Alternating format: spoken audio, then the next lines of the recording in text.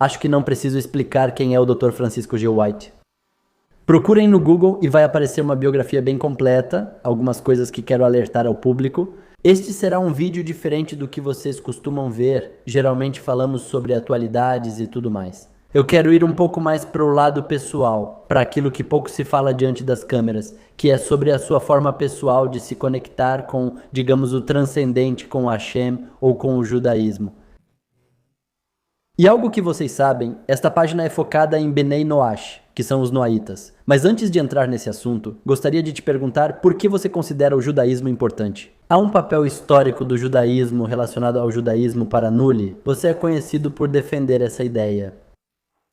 Bom, me parece que o judaísmo é muito importante porque é o grande protagonista de uma luta gigantesca que vem acontecendo na civilização. Pois não só na civilização ocidental, mas em todas as civilizações compreendidas no que poderíamos chamar de Ásia Ocidental, que inclui toda a Mesopotâmia e a Pérsia, além da Europa e do norte da África. Tudo isso é Ásia Ocidental.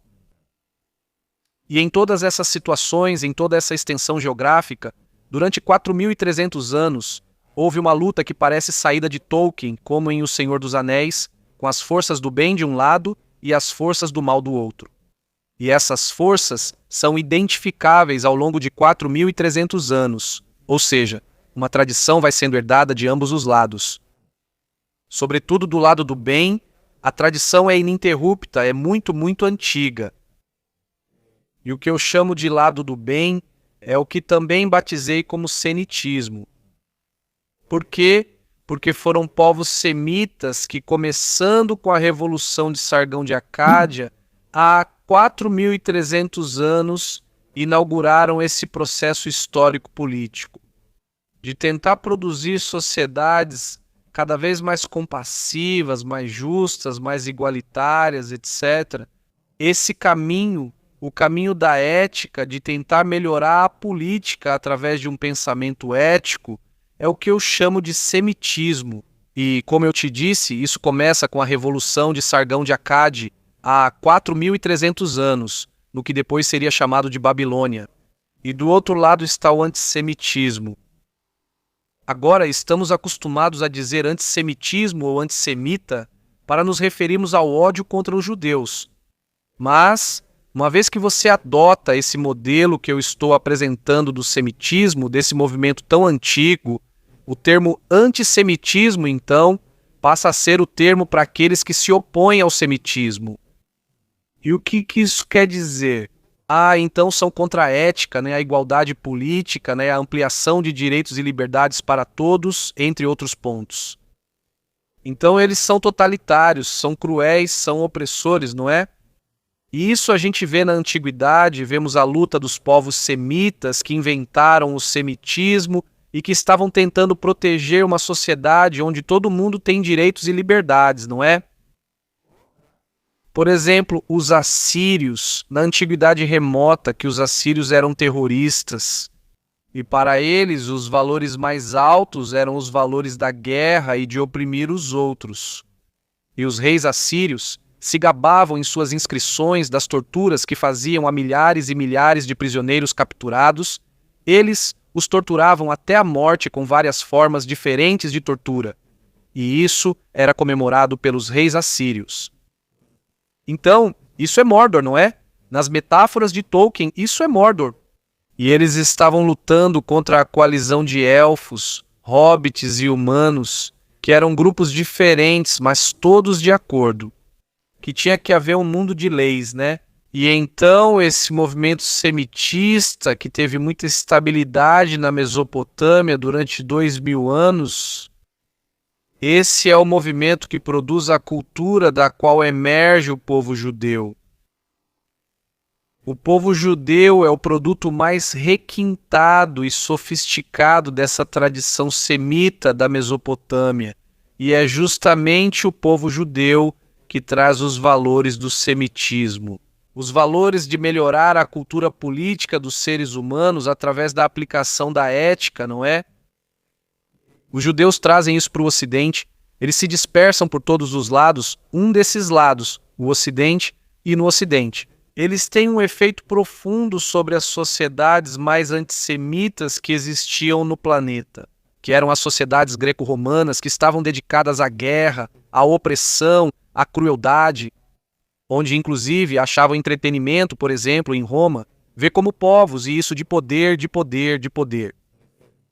É como ir ao cinema para assistir alguém sendo despedaçado.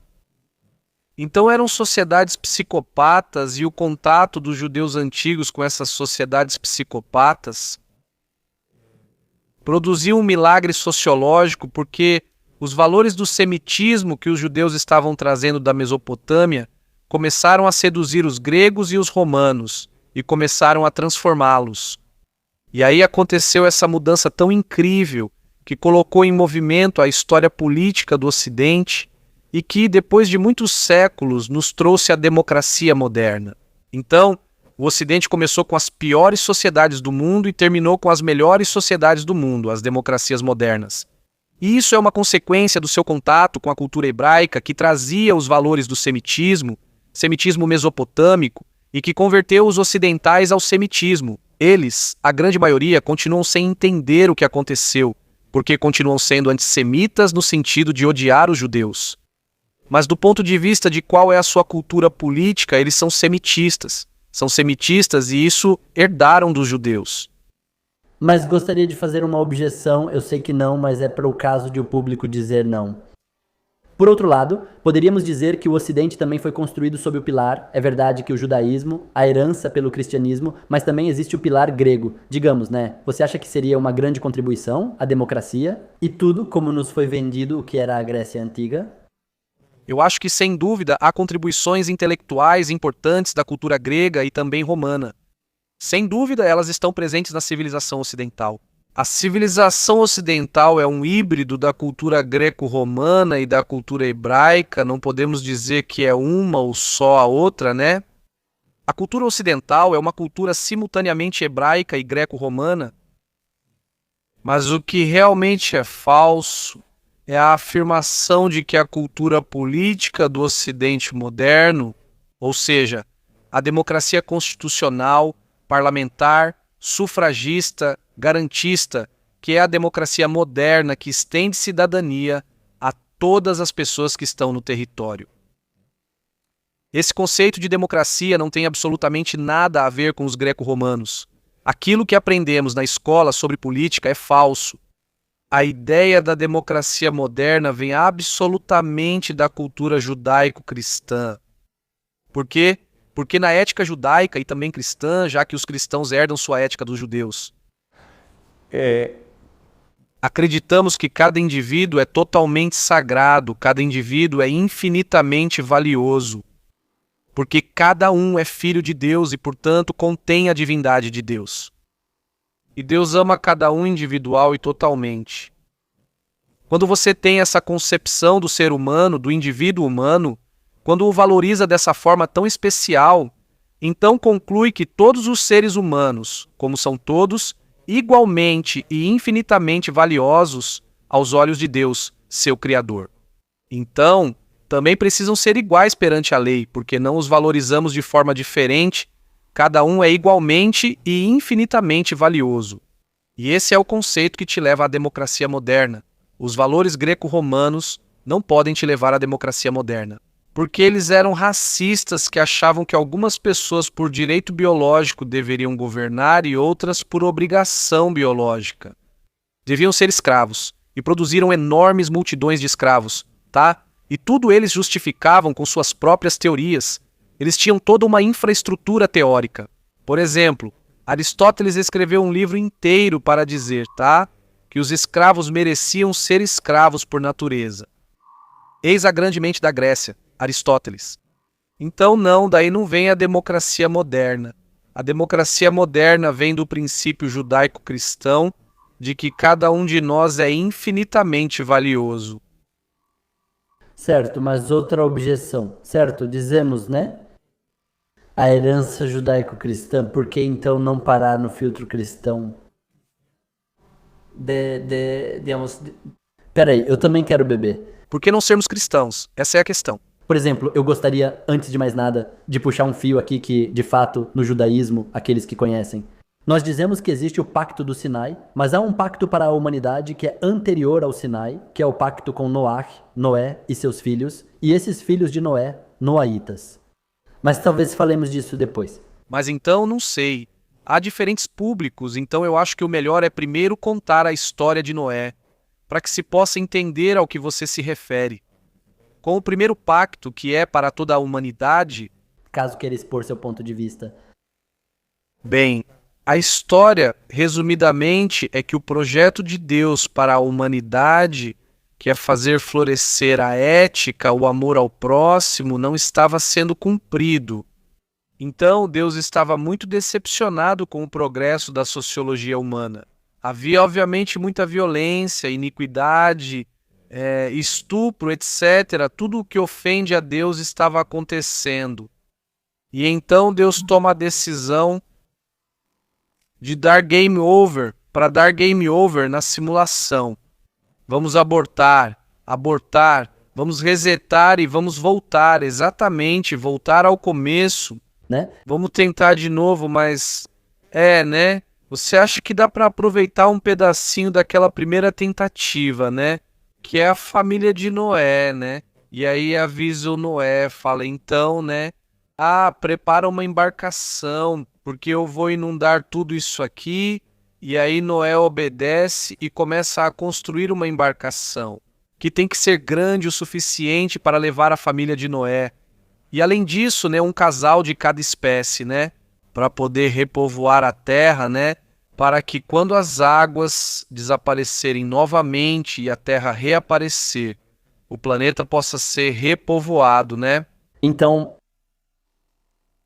Eles zombam de Noé, mas ele obedece e constrói o barco, mesmo que obviamente ainda não haja água, mas ele constrói o barco e começa a enchê-lo de animais. Sua família embarca, enfim, começa a chover, como Deus havia prometido, todo mundo se inunda e se afoga.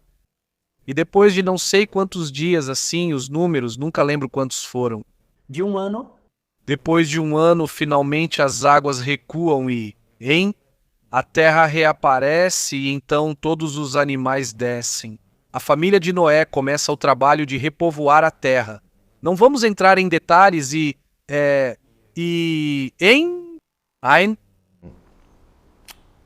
Bem, o Senhor faz duas coisas interessantes. Primeiro, ele expressa arrependimento pelo que acabou de fazer. É como se ele percebesse que isso foi um crime, assassinou toda a humanidade. Se fosse feito por um humano, seria considerado o pior crime. Então, é como se ele percebesse o crime que cometeu e prometesse não fazer isso de novo. Isso me parece muito interessante. É um Deus que pode errar, se arrepender e melhorar seu comportamento. Isso me parece muito interessante. E então ele diz, quando vocês virem o arco-íris, que isso lembre vocês de que essa é a minha promessa de que nunca vou fazer isso de novo. Não vou fazer isso de novo, fiquem tranquilos. É como uma espécie de contrato que se reafirma toda vez que vemos o arco-íris. E a outra coisa que ele faz, que acho muito interessante, e essa é a parte que nos conecta com a história dos noaítas, é que ele emite para Noé e todos os seus descendentes uma série de leis, que são 7, quais são? Eu ouvi, acho que do Rabino Sherk, na verdade, afirmar que não são realmente leis, são princípios. São como os princípios básicos da ética. O texto os chama de mandamentos, suponho, mas acho que concordo com o Rabino. Estes são princípios fundamentais, não são leis. Não machuque o próximo, não traia sua esposa, não torture animais. Esse tipo de coisa está contido nas 7 leis. Mas me parece muito interessante que depois de enunciar 6 princípios básicos, a 7ª lei de Noé, para Noé e todos os seus descendentes, seja, você estabelecerá tribunais. Então, o que você está nos dizendo? Bom, é que essas sim vão ser leis, essas sim vão ser mandamentos. E toda a sociedade precisa de uma estrutura legal para resolver disputas pacificamente e para perseguir criminosos e tudo isso. E isso já, obviamente, é um corpo específico de leis. Mas claro que vão ter que ser consistentes com os 6 primeiros princípios. Então, como sabemos que Deus depois vai criar o povo judeu, retroativamente, é óbvio que o que está acontecendo aqui é que Deus está dizendo, bom, nem todo mundo vai ser judeu, nem precisa ser judeu, mas para quem não for judeu, isso é o que obrigatoriamente tem que fazer, tem que seguir as 7 leis de Noé. E então, a 7ª lei está dizendo, bom, estabeleça um sistema de tribunais como você achar melhor, de acordo com seus costumes, e isso pode variar. Simplesmente tem que ser consistente com os princípios mais básicos da ética para que os seres humanos possam viver em paz. Sim, de fato, como você disse, para as pessoas são chamadas de 7 leis noaíticas, mas como você bem apontou, na verdade não são leis, são como princípios, como categorias. Hermann Cohen desenvolve isso, ele é neocantiano. Então, ele diz que são como 7 imperativos categóricos, mas sim, vemos isso, por isso eu não consigo considerar que as magias sejam uma religião. Não é algo homogêneo. Um noaíta no Japão não terá o mesmo sistema legal que um noaíta no México, pois os desenvolvimentos antropológicos e sociológicos japoneses são diferentes, levando a uma aplicação distinta da legislação noaíta. Não concordo com você, acho que o noaísmo é uma religião. Em que aspecto? Acredito que a religião do noaíta seja o judaísmo. Ah, ok, é poderoso, ok. Eu não vejo o judaísmo como uma religião. Ok. Ok, nesse caso não. Sim, mais razão. Porque há pessoas que dizem, bom, existe o judaísmo e existe o noaísmo. Eu acho que não. Os noaitas fazem parte do judaísmo. É uma ideia que abrange, como você colocou, o semitismo. Só que foi chamado de judaísmo. Mas não.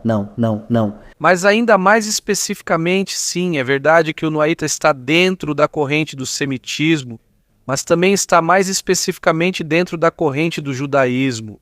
O judaísmo? O noaísmo, eu concordo, o noaísmo faz parte do judaísmo. Você não é judeu, mas sim está dentro do judaísmo. Exato. Aham, essa é a distinção. Quero fazer a pergunta que ainda não fiz a você. Certo, a sociedade ocidental, esses 2 grandes pilares, tem a Grécia, greco-romano e judaico-cristão. Por que não parar? Por que uma pessoa deveria se limitar ao filtro cristão para entender a realidade? Por que colocar o filtro judaico? Ou seja, por que um cristão deveria abandonar o seu cristianismo para se tornar noaíta? Essa é a pergunta. O cristianismo já não contém tudo o que ele precisa? E eu tiro isso do seu próprio contexto, porque se você diz que a sociedade que criamos foi assim e assim, foi por causa do contexto judaico-cristão. Correto. Por que então se desprender dessa ótica? Acho que essa é uma pergunta muito boa, porque, sem dúvida, é verdade que o cristianismo está dentro da corrente semitista. Sem dúvida, porque o cristianismo contém uma ética judaica. A ética cristã tem origem exclusivamente no judaísmo. Então, a ética dos cristãos foi herdada dos judeus, do povo judeu. Então, alguém poderia dizer, bom, então o cristianismo já está inserido no semitismo, já tem uma ética judaica. O projeto noaíta, obviamente, é abençoar as nações do planeta com a ética judaica, obviamente. Esse é o projeto noaíta. Bom, se os cristãos já têm uma ética judaica, para que se tornariam noaítas? Pronto. Já são cristãos, pronto, não é? Exceto que o cristianismo não é apenas semitista, também é antissemita. O cristianismo é uma espécie de criatura híbrida. É uma criatura paradoxal, dual, porque ao mesmo tempo é uma cultura semitista, no sentido de que é uma cultura hebraica, em certo sentido. Também é uma cultura greco-romana, porque o cristianismo muito rapidamente... Bem, em primeiro lugar, o cristianismo cresceu, sobretudo, entre os povos helenizados do Mediterrâneo Oriental, entre pessoas de cultura grega. Esse foi o terreno fértil no qual o cristianismo cresceu muito rapidamente em sua primeira fase. Primeiro ponto. Por isso, todos os textos cristãos estão em grego. Estão todos em grego. Primeiro ponto. Segundo ponto. Segundo. O cristianismo rapidamente se tornou a religião oficial do Império Romano. e adquiriu um poder aristocrático ao se tornar a religião oficial do Império Romano. E foi de fato se fundindo com o Império, e muito rapidamente os bispos já estavam exercendo funções civis, e em seus tribunais também eram decididos casos civis. A Igreja ficou muito identificada com o poder de Roma e com a cultura de Roma. Por isso, as assembleias do episcopado foram modeladas nas assembleias do Senado. O latim se tornou o idioma sagrado. Enfim, há muita cultura greco-romana dentro da tradição da Igreja. E um aspecto fundamental da cultura greco-romana que a Igreja Católica adotou foi o ódio ao povo judeu. Já havia ódio ao povo judeu no Império Romano pagão. Na verdade, o Império Romano pagão cometeu genocídio contra o povo judeu nos séculos I e II. Bem, a partir do ano 63 a.C. até a derrota de Bar Cosiva ou Bar Cospa no ano 135, durante esses 200 anos o Império Romano matou os judeus. E havia uma tentativa. Havia uma organização, um ataque deliberado, genocida. Na verdade, os historiadores desse genocídio estimam que, em termos proporcionais, os romanos mataram mais judeus do que Hitler, em termos proporcionais. Como porcentagem da população, isso foi uma super matança. Foi incrível o que eles fizeram. Gigantesco. E esse ódio que o Império Romano tinha pelo povo judeu, esse ódio é herdado por sua religião oficial, a Igreja, que de qualquer forma está, digamos, como poderíamos dizer, está como que entrelaçado e fundamentado em sua própria teologia, o ódio ao judeu, porque o que afirma da história central do cristianismo é que os judeus mataram Deus. Essa é a teologia de Paulo, e então fica muito difícil gostar de alguém que matou o seu Deus. Então, quando você tem essa história na cabeça, fomentar um ódio aos judeus não é muito difícil. Você já pensa que eles mataram Deus, o que é um crime quase inconcebível, algo satânico. Isso requer não só muita maldade, mas também muito poder. Então, se combina o medo do mal, que supostamente é o judeu, mas também o poder. Eles conseguiram matar Deus. Então, o ódio se junta com a fobia para criar um super ódio. E isso sempre fez parte da experiência doutrinária e também da propaganda, além da política, da Igreja Católica. Durante séculos, organizou enormes perseguições, massacres, conversões forçadas, expulsões de judeus. Bem, no geral. Tudo isso provocou outro genocídio, o genocídio da Idade Média, porque ao longo dos séculos da Idade Média e do Renascimento, o que chamamos de Europa Ocidental ficou praticamente esvaziado de judeus. Por isso, quando Hitler iniciou o próximo genocídio, eles estavam matando quase, 90% dos judeus que foram vítimas da Shoah eram judeus da Europa Oriental, porque eram os que restavam. Porque isso já tinha sido feito. Já tinham acabado com os judeus ocidentais. Então, para terminar de responder a sua pergunta, faz sentido abandonar o cristianismo e se tornar noaíta, porque o movimento do cristianismo para o noaísmo nos torna mais puros, nos torna semitistas, sem a bagagem negativa do Novo Testamento, que fala tão mal dos judeus de uma forma muito injusta, que não só não tem nada a ver com a verdade histórica, mas também porque isso é um conto romano. Mas além disso, não combina em nada com a ética do judaísmo, que nunca nos convida a odiar ninguém. Não deveria haver nenhum povo demonizado. Todo o projeto do judaísmo é gerar fraternidade entre todos os povos. Esse é o projeto. E justamente o que faz o noaguismo? O noaguismo diz: todos são bem-vindos no judaísmo. Nem precisam, se você quiser se converter ao judaísmo, vá em frente. Mas todos são bem-vindos no judaísmo. mesmo que não queiram se converter. Ao judaísmo, não existe posição mais tolerante que essa.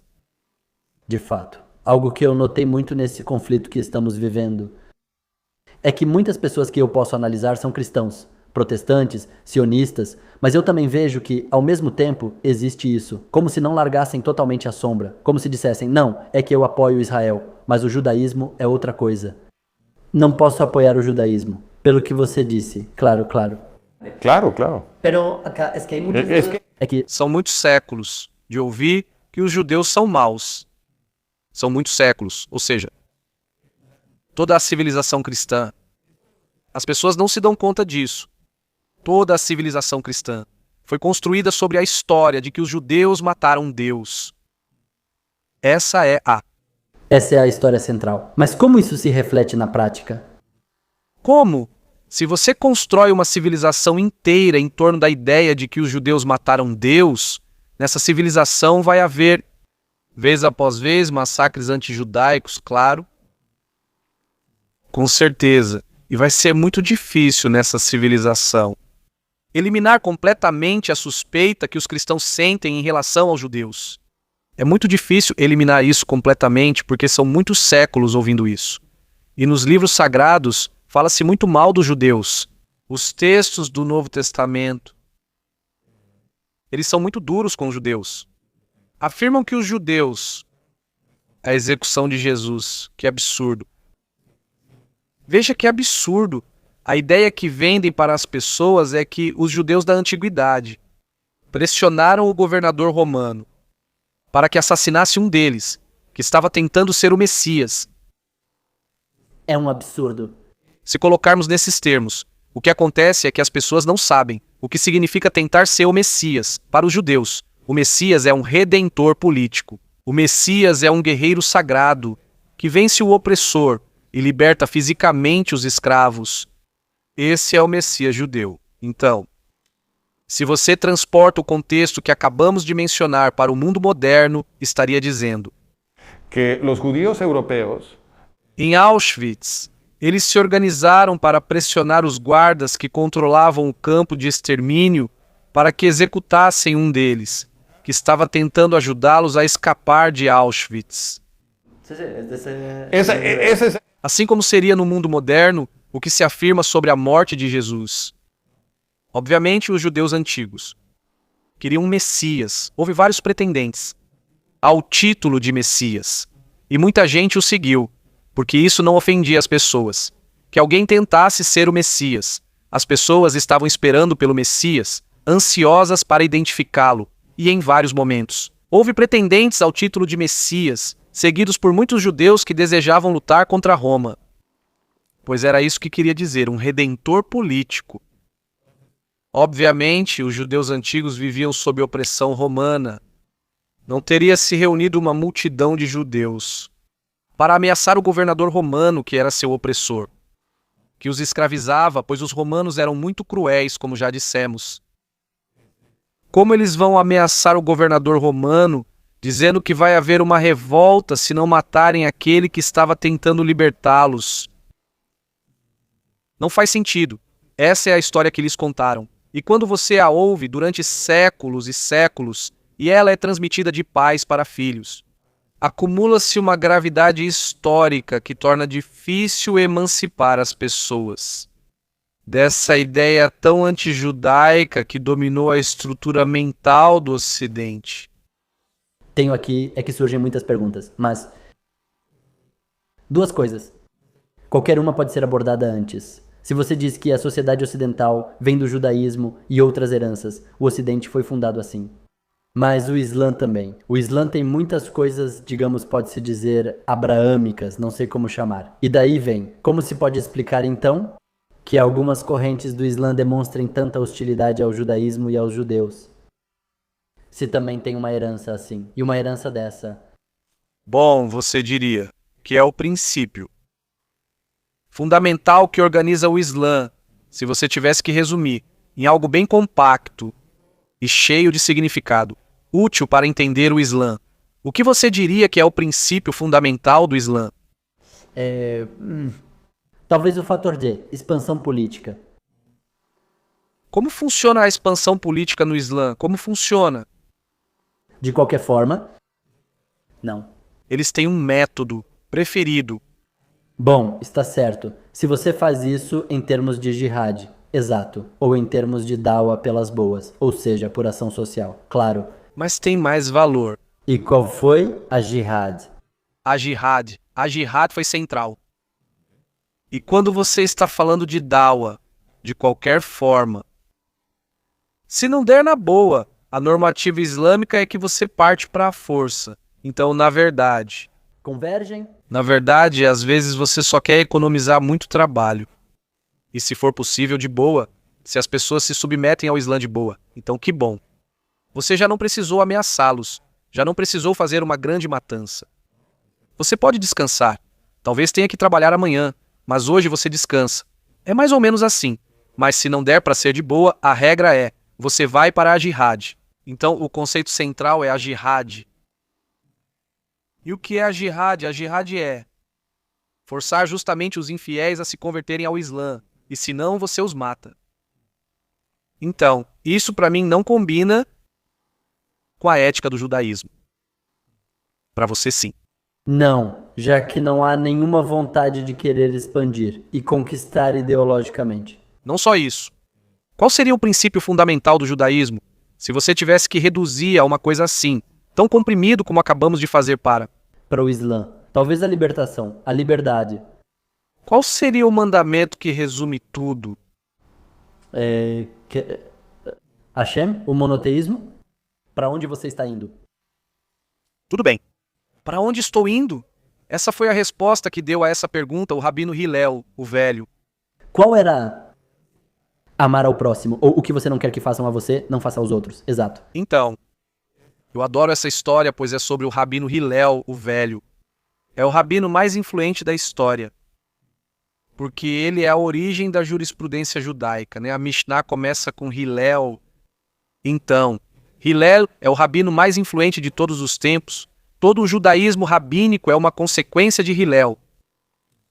E quando perguntaram a Hillel qual é o princípio que resume todo o pensamento legal, ético e político judaico, ele respondeu, Levítico 19:18.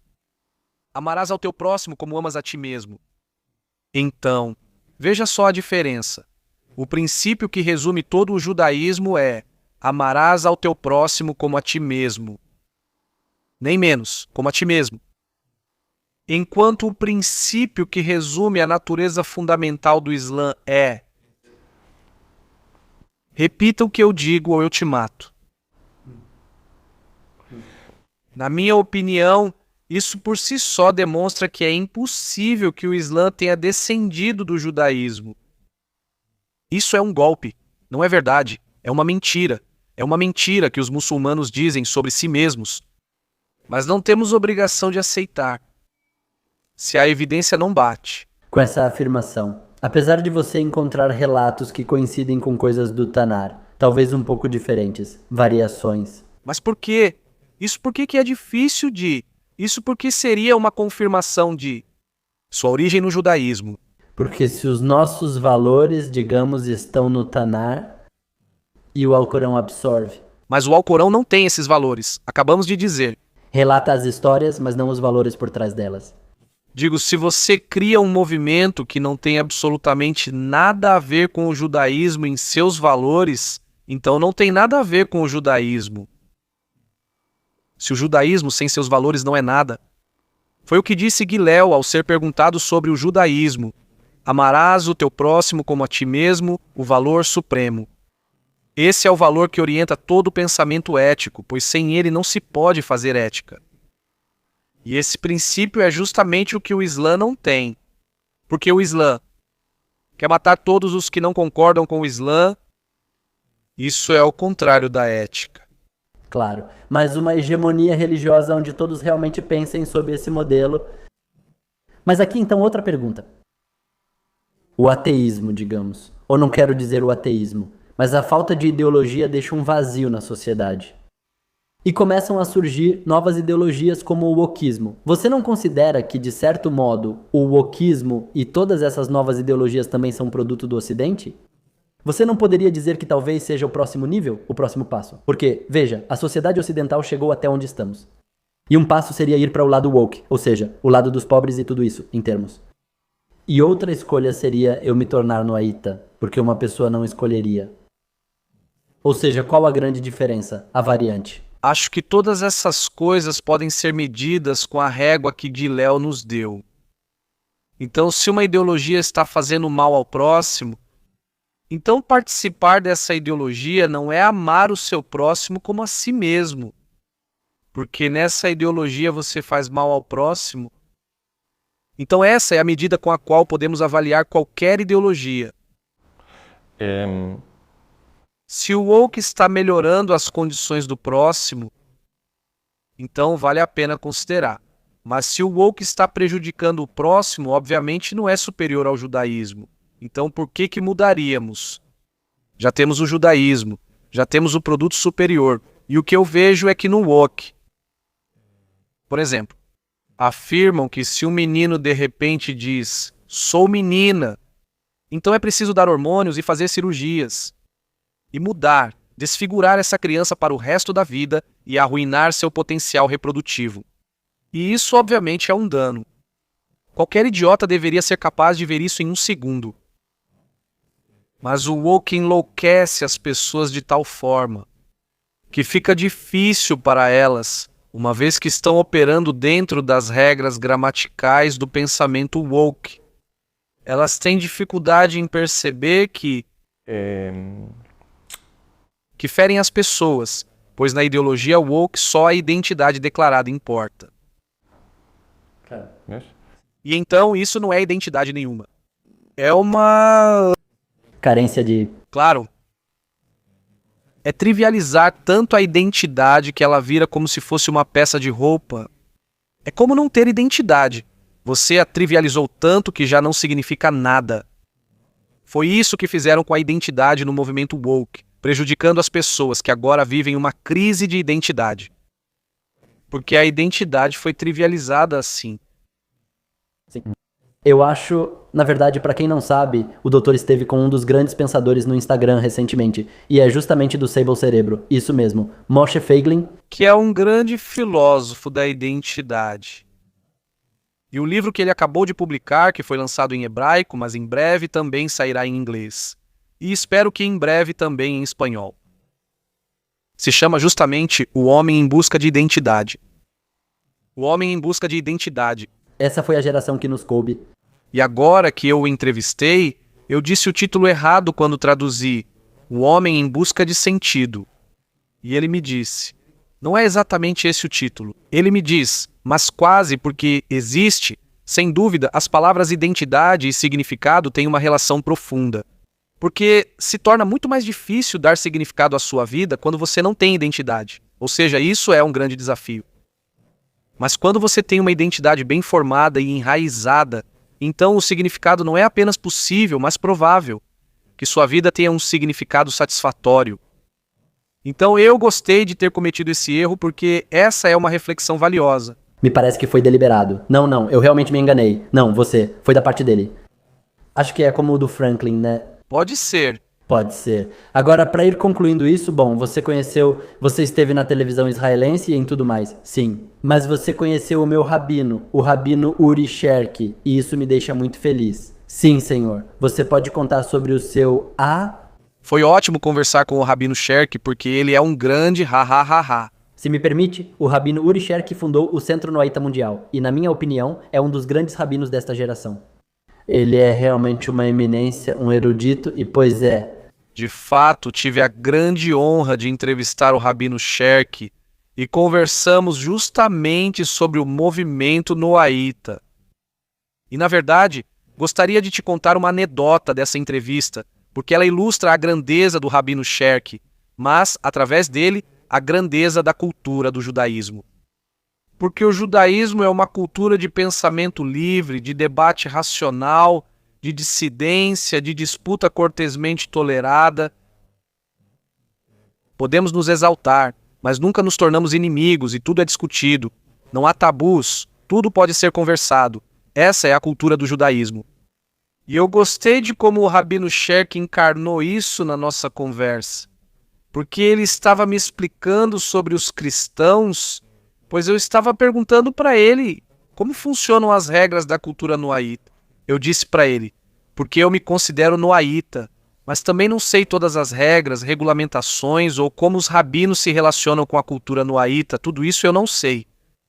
Então ele estava me explicando que para se tornar noaíta, um cristão precisa abandonar o cristianismo. Então, primeiro você renuncia ao cristianismo e depois já pode se declarar noaíta. E eu perguntei, bom, e o que a pessoa faz? Ah, então você tem que professar, se converter na frente de 3 rabinos e há como uma espécie de cerimônia. Eu disse, bom, então vamos ver quando marcamos para que eu faça minha profissão de fé no noaísmo. E isso vai me encantar. E ele me disse, mas os muçulmanos não precisam renunciar à sua fé para professar o noaísmo. E eu disse, o quê? E eu fiquei muito surpreso. Eu disse, por que não?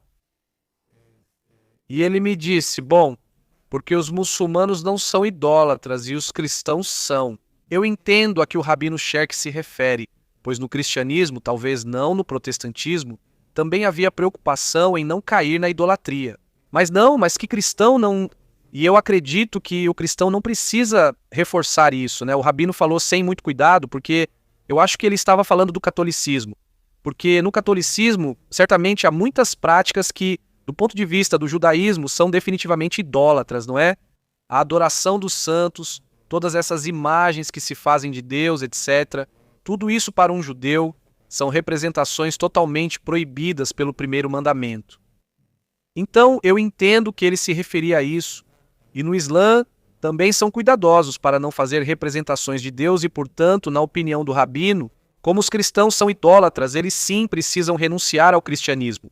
Como os muçulmanos não são idólatras, eles não. Eles podem permanecer dentro do Islã e professar o noaísmo. E então eu disse, estou surpreso com essa opinião, Rabino. Porque, embora eu entenda que os muçulmanos são cuidadosos com o primeiro mandamento, será que eles estão falhando no mandamento que Hillel, o ancião, disse ser o fundamento de toda a lei? Porque para eles, o centro da sua atividade é, se não podem te submeter, eles te matam. E isso, eu acho que eles devem renunciar a isso se vão ser noáquidas, porque esse princípio ela não é consistente com as leis de Noé. E então o Rabino sorriu. E ele me disse, deveríamos conversar mais sobre isso para ver se você me convence de que os muçulmanos precisam renunciar ao Islã antes de se converterem ao noaísmo. E eu fiquei pensando, uau, esse é um líder mundial do movimento noáquida, certo? Sim? Sim. Ele é a figura mais influente no noaísmo. E quem sou eu no movimento noáquida? Nada, eu sou só mais um. E estou desafiando ele em um programa que vai ser publicado sobre a regra de como se tornar noáquida. E esse homem, ao invés de me dizer, você não sabe nada, eu que faço as regras, ou é assim, você não entende. Não, ele me disse, Ele viu um argumento interessante e disse, precisamos conversar mais sobre isso, vai que você me convence. Como pode haver um exemplo melhor de humildade intelectual? A que o judaísmo nos convida, porque justamente o que não se vê no Rabino Sherk é a arrogância. A arrogância de uma pessoa que obviamente sabe muito, como o Rabino Sherk sabe muito, e que além disso ocupa uma posição de prestígio institucional no noaísmo. E no entanto, com total liberdade disse, pois isso deveria ser considerado. Eu adorei. Impressionante. Na verdade, ele também é conhecedor do Islã. Ele já foi convidado em países islâmicos. Sobre esses temas, acho que sobre a questão da idolatria no cristianismo, não acredito que se refira tanto ao sintoma da, digamos, iconografia e tudo isso, mas sim ao fato de encarnar Deus, ou seja, limitar o infinito a um ser humano. Me parece que essa é a idolatria. Nisso quase todos os ramos compartilham, claro. Ou seja, posso dizer que faltaram dimensões em que os cristãos já seriam considerados idólatras do ponto de vista judaico. Sim, que é a redução de Deus. E sobre o Islã, eu acho que ele trata disso em termos práticos, porque no Islã existe uma lei que, se você abandonar o Islã, você recebe pena de morte. Se você se tornar apóstata, recebe condenação à morte. Exato. Então, me parece que existem muitas pessoas no mundo islâmico que têm essa abordagem. Lá, o Centro de Logística Mundial tem divisões. Uma delas é a divisão árabe, que é secreta. E os membros não revelam seus nomes, nem seus grupos, nem nada. Porque se descobrirem, é muito ruim. E eles recebem pena de morte. E por isso, acho que por enquanto existe essa permissão, digamos, para que não precisem se expressar abertamente. Isso faz muito sentido. Sim, porque se você vai à mesquita, exato. Exato. Então a questão não é teológica, né? A questão é pragmática. É protegermos suas vidas. Exato. É uma questão totalmente pragmática. E me parece que é daí porque Rafael escreveu isso em outras ocasiões. Que deve ser tirado da Torá de Moshe, não de Muhammad. Isso não faria sentido. Mas em termos práticos, a conclusão dele é que Que você acha então que o Rabino Sherk defendeu a distinção em termos de idolatria? Porque isso é trazido por Maimônides. Maimônides diz que no momento de... E sobre o tema dos Noaítas, epístolas aos alunos do Rabino Efraim. Sim. Maimônides faz exatamente essa distinção. Acho que ele se baseia nisso. Mas eu não acho que o Rambam teria pensado que um muçulmano pode ser noaíta sem renunciar ao objetivo de matar os infiéis. Também não acho que Maimônides decidia isso, claro. É impossível. Já sabemos que não. Quer dizer, veja, Maimônides é um grande mestre da ética. Obviamente ele entende, porque qualquer um entende, que se você não renunciou a matar os infiéis, então não pode ser noaíta. Não, isso está claro. Na Epístola do Iêmen, Maimônides critica duramente todo o mal que o Islã lhe fez. Claro, com certeza. Sim, ele entende isso claramente, sente na pele e foi expulso da Espanha. Ele mesmo diz isso. Ninguém nos fez tanto mal quanto os muçulmanos. É isso que diz Maimônides. Exatamente. Bem, obrigado por estar aqui. Pelo contrário, obrigado a todos. Saudações de Israel.